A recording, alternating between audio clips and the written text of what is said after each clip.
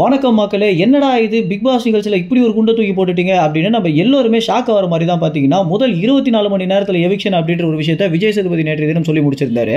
இதுக்கு அடுத்து big pass வீட்டுக்குள்ள 24 மணி நேரம் நடக்கிற சமாச்சாரம்லாம் பார்த்த பிறகுதான் ஒருவேளை ஜாக்லின் தான் வெளியே போக போறாங்களோ அப்படின்னு நம்ம எல்லாருமே ஒரு ப்ரெடிக்ட் பண்ணிருப்போம். ஆனா அது கிடையாது அப்படின்னு ரொம்பவே பாவமா இருந்த ஒரு புள்ளைய தான் தற்போது பிக் பாஸ் வீட்ல இருந்து வெளியே அனுப்பியிருக்காங்க. அது யாரு அப்படின்னா மகாராஜா படத்துல விஜய் சேதுபதிக்கு பொண்ணா நடிச்ச சாச்சனா நம்பிதாஸ் தான். பாத்தீங்கன்னா தற்போது முதல் எவிக்ட் ஆயிருக்காங்க. ஏன்டா குழந்தை புள்ளையை இப்படி கூப்பிட்டு வச்சு அசிங்கப்படுத்தி அனுப்புறீங்க அப்படின்னு எல்லா மக்களுமே அந்த ப்ரோமோக்கு கீழே கமெண்ட்ஸாக பண்ணிட்டு வந்துட்டு இருக்காங்க. அது மட்டும் இல்லாம இந்த ஒரு விஷயத்த ப்ரோமோலயே வெளியிட்டு இருக்கிறதுனால ஒருவேளை இவங்க சீக்ரெட் ரூம்ல இருப்பாங்களோ அப்படின்ற ஒரு டவுட் தான் வருது. எது எப்படியா இருந்தாலும் அவங்க டிஆர்பி தான் அவங்களுக்கு முக்கியம் அப்படின்றத விஜய் டிவி பாத்தீங்கன்னா மேலும் ஒரு முறை நிரூபிச்சிருக்காங்க.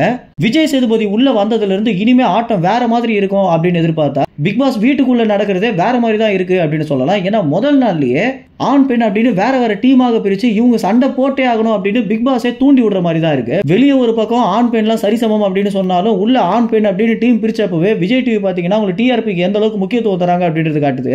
இப்போ இந்த மூணாவது ப்ரோமோலயே சாச்சனா நம்பிதாஸ் தான் வெளியே போறாங்க அப்படின்றத சொன்ன பிறகு அந்த கமெண்ட் செக்ஷன் முழுக்க சாச்சனா நம்பிதாஸுக்கு நீதி கேட்டோம், ஜஸ்டிஸ் ஃபார் சாச்சனா நம்பிதாஸ் அப்படின்னு எல்லாருமே கமெண்ட்ஸ்ல பண்ணிட்டு வந்துட்டு இருக்காங்க. ஒருவேளை இந்த விஷயம் எப்படி வேணா மாறலாம் அப்படின்னு தான் நம்ம ப்ரெடிக்ட் பண்ணக்கூடிய விஷயமாக இருக்கு.